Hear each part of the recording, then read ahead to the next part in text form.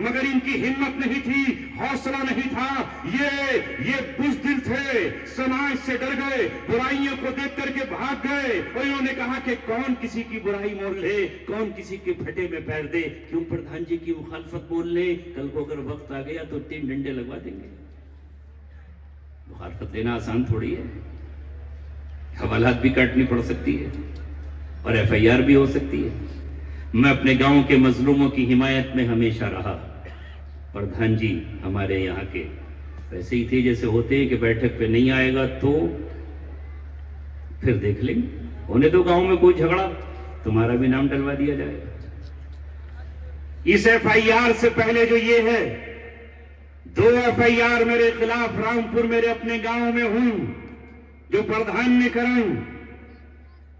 2 FIR, एक 1994 में 504, 506, घर पर पुलिस, बाप की जिंदगी में, दादा की जिंदगी में, परदादा की जिंदगी में कभी पुलिस के पांव हमारे घर तक नहीं आए, दहलीज तक नहीं आए।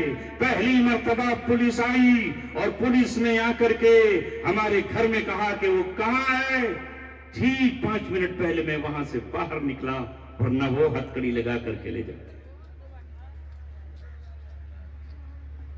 उसके बाद फिर हुई 2007 में झगड़ा, दूसरों का हुआ, मामला किसी और का हुआ और एक गैर मुस्लिम की तरफदारी में हमसे ताल्लुक रखने वाले हमारे भाई और दूसरे खानदान के लोग पहुंचे।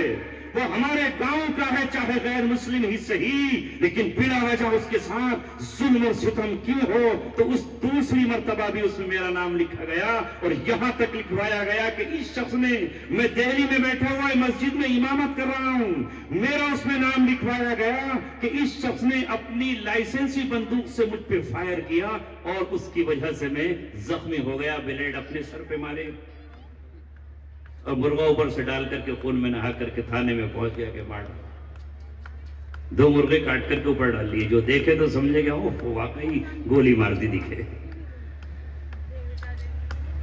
जिला पंचायत चेयरमैन का फोन आया मेरे पास कि ये क्या किया तुमने। मैंने कहा मैं तो भैया दिल्ली की जहां इसमें वेलकम की मस्जिद में बैठा हूं।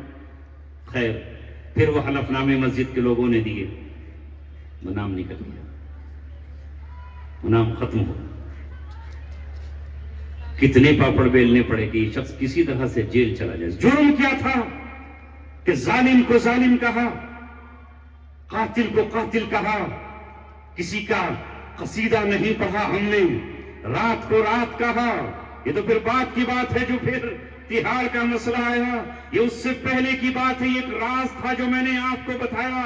हमारे मुस्लिम इलाकों का ये हाल है कि वहां जो बैठक पर नहीं आए, अगर बैठक पर चले जाए तो भाई सुभान अल्लाह, जलेबी लाओ, लड्डू और प्यार लेकर आओ, वो लेकर भैया दिखाने के लिए भैया हमारे फला, ऐसा मत करो मेरे। ये कुरान मुकद्दस और नबी पाक सल्लल्लाहु अलैहि वसल्लम बात इस पर चली थी कि समाज में जब आप हक बात कहोगे तो मुखालिफ हो जाएंगे। तो